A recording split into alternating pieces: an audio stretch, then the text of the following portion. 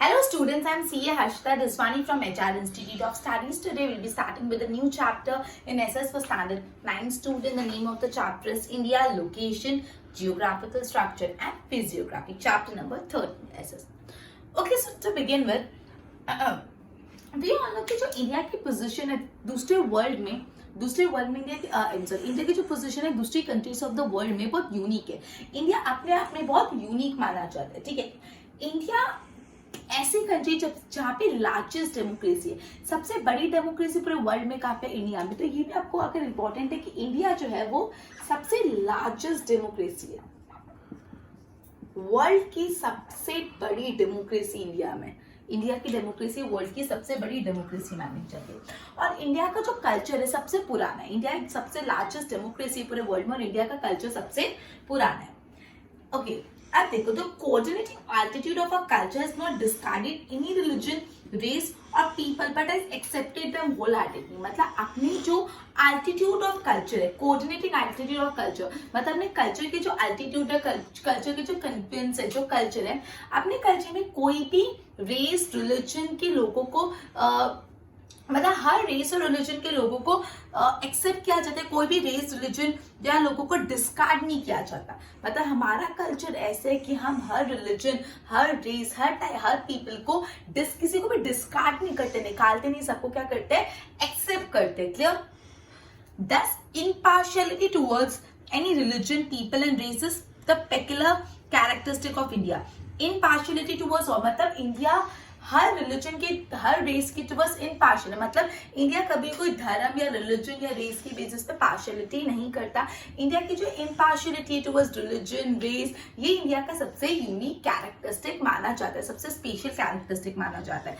इसलिए इंडिया को क्या बोला जाता है? Cultural confluence. कन्फ्लुएंस मतलब मिक्सचर. इंडिया अलग अलग कल्चर के मिक्सचर से बना हुआ है, इसलिए इंडिया को क्या बोला जाता है? Cultural confluence. क्यों इंडिया को कल्चरल कन्फ्लुएंस कहा जाता है? इंडिया को कल्चरल कन्फ्लुएंस इसलिए बोला जाता है बिकॉज इंडिया का जो कोऑर्डिनेटिंग एल्टीट्यूड्स है, coordinating altitudes of culture, India के कोऑर्डिनेटिंग एल्टीट्यूड ऑफ कल्चर में कोई भी रिलीजन, रेस के लोगों को डिस्कार्ड नहीं किया जाता, बल्कि उनको क्या करा जाता है? एक्सेप्ट किया जाता है. कोई भी रिलीजन, कोई भी रेस के लोगों को डिस्कार्ड नहीं किया जाता, एक्सेप्ट किया जाता है. और ये जो अपनी इम्पार्शियलिटी है, impartiality towards all religion, race, people, ये इंडिया का एकदम यूनिक कैरेक्टरिस्टिक माना जाता है. इंडिया का सबसे यूनिक कैरेक्टरिस्टिक माना जाता है. इस वजह से इंडिया को कल्चरल कन्फ्लुएंस कहा जाता है. तो स्टूडेंट्स से 2 मार्क में आपको पूछ सकते हैं. पहले या तो फिर आपसे पूछ सकते हैं India is known as dash confluence, तो क्या लिखोगे? Cultural confluence. या तो ऐसे पूछे why India is known as a cultural confluence, तो तुमको पूरा लिखना है कि जो इंडिया के कोऑर्डिनेटिंग एल्टीट्यूड है अपने कल्चर के, उसने कोई भी रिलीजन, रेस के लोगों को डिस्कार्ड नहीं किया, सबको बहुत होल हार्टेडली एक्सेप्ट किया है. और जो इम्पार्शियलिटी टुवर्ड्स डिफरेंट रिलीजन, ये हमारा सबसे यूनिक कैरेक्टरिस्टिक है. क्लियर? इवन दो इंडिया में काफी नेचुरल और मैनमेड डिजास्टर हुए, स्टिल इंडिया का प्रोग्रेस कंटिन्यू है. और ये इंडिया के प्रोग्रेस होने में इंडिया की जियोग्राफिकल कंडीशन बहुत रिस्पॉन्सिबल है. बोला है कि इंडिया में भले जितने भी नेचुरल और मैनमेड डिजास्टर्स हुए, स्टिल इंडिया का प्रोग्रेस रुका नहीं. और ये इंडिया का प्रोग्रेस क्यों नहीं रुका? बिकॉज इंडिया की जियोग्राफिकल कंडीशन के कारण. आप अपन एक बहुत ही इंपॉर्टेंट आंसर पढ़ने वाले हैं, जस्ट अ मिनट, जो है India location, size and area. मतलब पूरा इंडिया के बारे में, इंडिया की लोकेशन, इंडिया का साइज, इंडिया का एरिया, ये लॉन्ग आंसर में भी बहुत इंपॉर्टेंट है और शॉर्ट आंसर वाइज भी बहुत इंपॉर्टेंट है. हम इंडिया के बारे में पढ़ने वाले हैं. इंडिया की location, size and area. Okay, तो सबसे पहले जियोग्राफिकली इंडिया कौन से हेमिस्फीयर में लाया करता है? जियोग्राफिकली इंडिया नॉर्दर्न हेमिस्फीयर में. तो ये भी इंपॉर्टेंट है, इंडिया कौन से हेमिस्फीयर में? नॉर्दर्न हेमिस्फीयर में. सबसे पहली बात तो है कि इंडिया नॉर्दर्न हेमिस्फीयर में. क्लियर? इंडिया नॉर्दर्न हेमिस्फीयर में. उसके बाद बोला है कि जो इंडिया का मेन लैंड है उसका रेंज क्या है? 8 degree 4 minute to 37 degree 6 minute north latitude और 68 डिग्री 7 मिनट, मतलब इंडिया की लैटिट्यूडनल और लॉन्गिट्यूडनल रेंज है, तो इंडिया की लैटिट्यूडनल लीड है 9 degree 4 minute to 37 degree 6 minute north latitude, और लॉन्गिट्यूड है 68 degree 7 minute to 97 degree 25 minute east longitude. Clear, ये आपको लर्न करना है, 1 मार्क के लिए इंपॉर्टेंट है। सेकंड बात में आपको लैटिट्यूडनल रेंज बताइए। देखो लैटिट्यूडनल रेंज में है नॉर्थ लैटिट्यूड पे, north latitude 8 degree 4 minute to 37 degree 6 minute, और लॉन्गिट्यूड वाइज साउथ लॉन्गिट्यूड में है 68 degree 7 minutes to 97 degree 25 minutes. अब कौन सा लॉन्गिट्यूड इंडिया के सेंटर से पास होता है?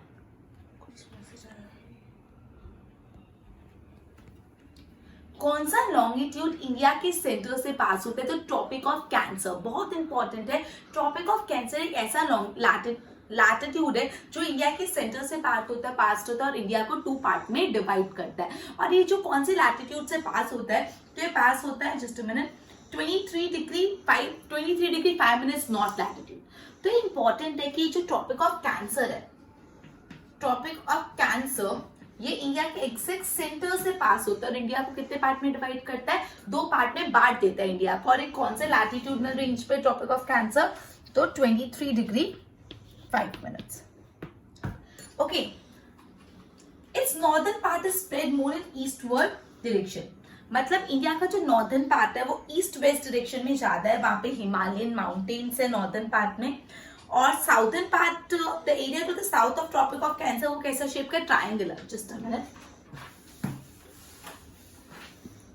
अपन ने पढ़ा कि इंडिया का जो नीचे साउथ वाला पार्ट इस टाइप का थोड़ा ट्रायंगुलर शेप में, नॉर्थ वाला पार्ट तो अपन ने बोला वहां पे हिमालयन रेंज जो से सब है, और इंडिया का जो साउथ वाला पार्ट है, मतलब यहाँ से ट्रॉपिक ऑफ कैंसर पास होता है, ये जो ट्रॉपिक ऑफ कैंसर पास होता है उसके नीचे वाला पार्ट जो साउथ वाला पार्ट है वो कैसे शेप का है?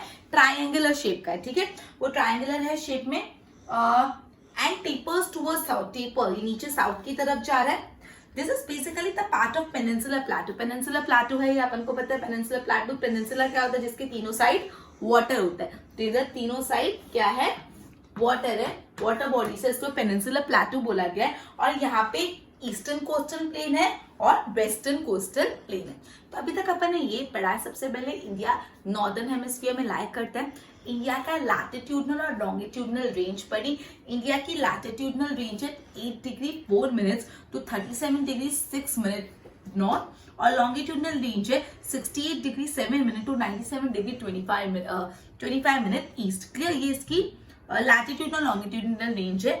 फिर ट्रॉपिक ऑफ कैंसर एक ऐसा लैटिट्यूड है जो इंडिया के सेंटर से पास होता है और इंडिया को 2 पार्ट में डिवाइड करता है। और ये ट्रॉपिक ऑफ कैंसर कौन से लैटिट्यूड पे पास होता है? 23 डिग्री 5 मिनट्स नॉर्थ लैटिट्यूड पे पास होता है। क्लियर, उसके बाद बोला है ओके नॉर्दर्न, जो ट्रॉपिक ऑफ कैंसर का नॉर्दर्न एरिया है वहां पे हिमालयन माउंटेन्स ये सब है।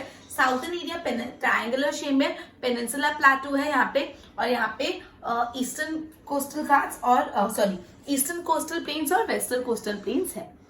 आगे बढ़ते हैं। The latitudinal as well as the longitudinal extent of India are almost equal, which is about 30 degree. मतलब बोला कि इंडिया का लैटिट्यूडनल और लॉन्गिट्यूडनल एक्सटेंट ऑलमोस्ट इक्वल है, अबाउट 30 डिग्री। अब जो इंडिया की लेंथ है पूरी, इंडिया की जो पूरी लेंथ है, इंडिया की लेंथ लद्दाख से ऊपर, लद्दाख आता है टॉप में, लद्दाख से नीचे कन्याकुमारी तक, लद्दाख मतलब एकदम ऊपर, नीचे कन्याकुमारी एकदम साउथ। ये जो इंडिया की लेंथ है, लद्दाख ठीक एकदम नॉर्थ लद्दाख और नीचे कन्याकुमारी तक क्या रेंज है इंडिया की? क्या लेंथ है? 3214 किलोमीटर। ठीक है, और गुजरात से अरुणाचल प्रदेश, यहाँ पे गुजरात है इस साइड, और यहाँ पे कोने में कौन सा? अरुणाचल प्रदेश। गुजरात से अरुणाचल प्रदेश जो विथ है वो कितना है? 2933 किलोमीटर, 2933 किलोमीटर। मतलब लद्दाख से कन्याकुमारी की रेंज है 3214, सॉरी 3214, ये वन थोड़ा छिप गया, 3214 किलोमीटर, और गुजरात से अरुणाचल प्रदेश है 2933 किलोमीटर। तो ये भी इंपॉर्टेंट है 1 मार्क के लिए। इंडिया का लेंथ है from Ladakh to Kanyakumari and from Gujarat to Arunachal Pradesh. Clear, आगे बढ़ते हैं।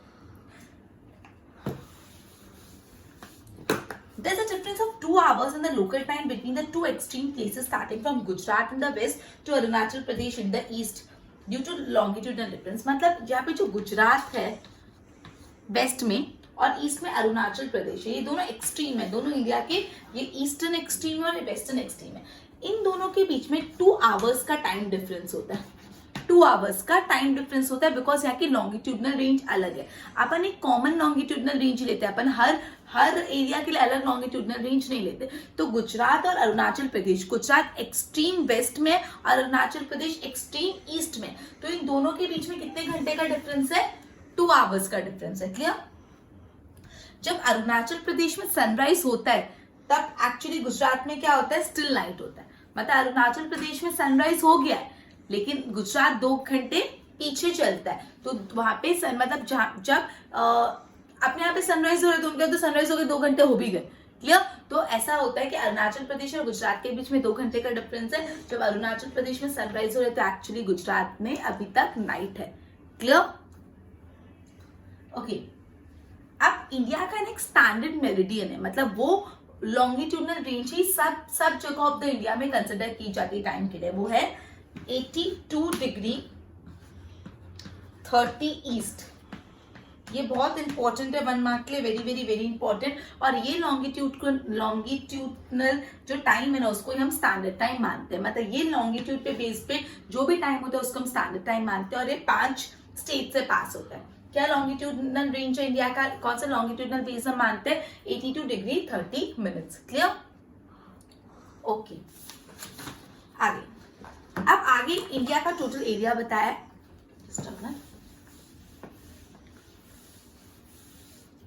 तो इंडिया का टोटल एरिया है 32.8 लाख स्क्वायर किलोमीटर. कितना एरिया इंडिया का? Area 32.8 lakh square kilometre. तो again this is important. India का एरिया पूछे तो 32.8 लाख स्क्वायर किलोमीटर. और India in terms of area 7th number पे आता है.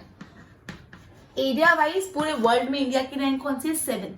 मतलब इंडिया का एरिया है 32.8 लाख स्क्वायर किलोमीटर. पूरे वर्ल्ड में इंडिया 7वें नंबर में आता है एरिया वाइज. और आगे की 6 कंट्री कौन सी है? तो सबसे पहले रशिया, फिर आ जाता है कनाडा, फिर यूएसए, फिर चाइना, फिर ब्राजील, फिर ऑस्ट्रेलिया, और फिर 7 नंबर पे आता है इंडिया. ये तो ऐसे भी पूछ सकते हैं कि इंडिया के पहले कौन कौन से कंट्रीज है इन terms of land area. Clear? और इंडिया का लैंड एरिया पूछे तो 32.8 लाख स्क्वायर किलोमीटर. क्लियर? आगे करते हैं.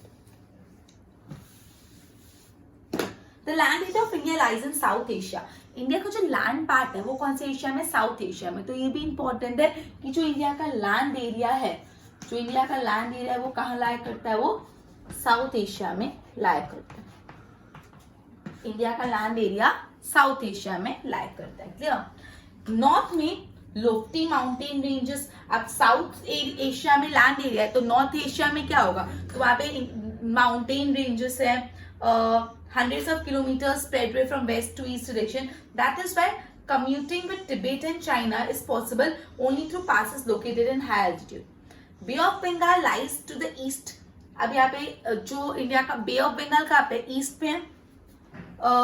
अरेबियन सी कहाँ पे? वेस्ट में. और इंडियन ओशन साउथ में. ठीक है? इसलिए the sea is utilized as a waterway even though the land routes are obstructed by surrounding mountain. India has accepted all cultural elements arriving from outside and have emerged in the Indian society. तो बोला कि India का जो बे of Bengal है,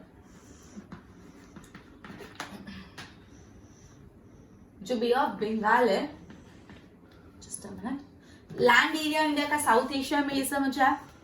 अब जो बे of Bengal है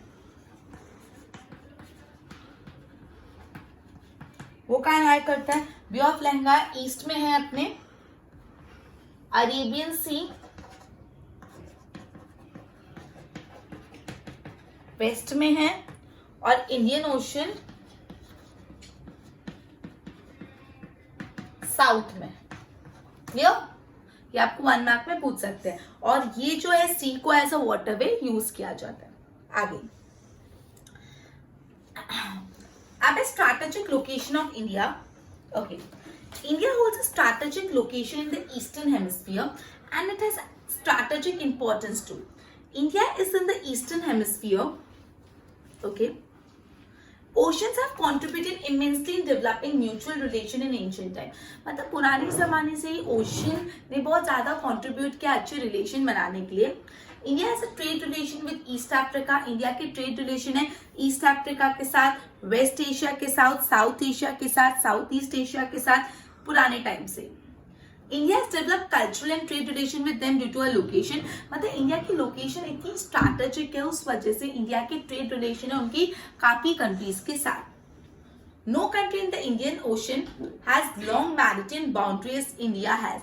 मतलब जितनी लंबी मैरिटाइम बाउंड्री इंडिया की ऐसी कोई भी कंट्री की नहीं है. इस वजह से इस ओशन का नाम क्या रखा? Indian ocean. ये जो इंडियन ओशन है वो तो ये जो ओशन का नाम है इंडियन ओशन वो इंडिया के नाम से ही पड़ा है.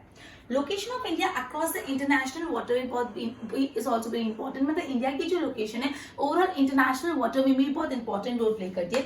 With the opening of Suez canal, जैसे स्विस कैनल 1869 में ओपन किया, इंडिया और यूरोप का डिस्टेंस 7000 किलोमीटर कम हो गया. मतलब जब 1869 में स्विस कैनल ओपन हुआ तो इंडिया और यूरोप जो इतना दूर था उसका डिस्टेंस 7000 किलोमीटर कम हो गया. तो पूछ सकते हैं स्विस कैनल कब ओपन हुआ और स्विस कैनल ओपन होने से इंडिया का डिस्टेंस कितना कम हो गया? 7000 kilometers.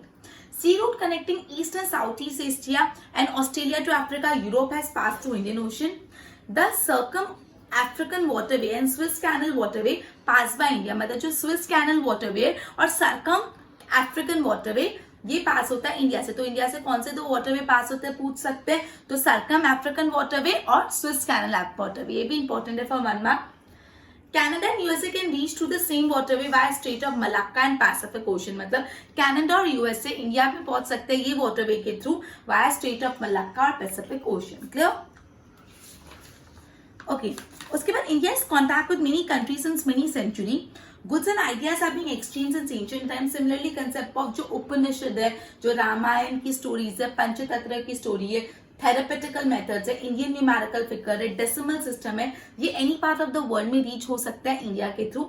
इंडिया की बहुत इंपॉर्टेंट लोकेशन है साउथ एशिया में. अपन ने पढ़ा इंडिया का लैंड एरिया साउथ एशिया में. इंडिया में 28 स्टेट्स है, 1 नेशनल कैपिटल और 7 यूनियन टेरिटरीज. Okay, simple. तो ये बेसिक अपन ने इंडिया की ज्योग्राफिकल लोकेशन, एरिया, साइज के बारे में देखा. नेक्स्ट टॉपिक है इंडिया की नेबरिंग कंट्रीज कौन सी है. वो टॉपिक हम नेक्स्ट लेक्चर में लेंगे. आज अपन इधर ही कंप्लीट करते हैं. नेक्स्ट टॉपिक में आगे इसको कंटिन्यू करेंगे. 2-3 क्वेश्चन पूछ लेती हूँ आप लोगों से. Just a minute. चलो, सबसे इंपॉर्टेंट क्वेश्चन मुझे बताओ कौन सा लैटिट्यूड इंडिया के सेंटर से पास होता है? Tropic of cancer. Right. Next, Ladakh to Kanyakumari India का एरिया क्या है? 3214 किलोमीटर. ओके, अब मुझे बताओ गुजरात और अरुणाचल प्रदेश के बीच में कितने आवर्स का डिफरेंस है? 2 आवर्स का डिफरेंस है. राइट. गुड. एक लास्ट क्वेश्चन पूछ लेती हूँ. इंडिया का टोटल लैंड एरिया कितना है? 32.8 lakh square kilometre. Very good. Well done students. आगे अपने स्कोर कंटिन्यू करेंगे. Till then good bye.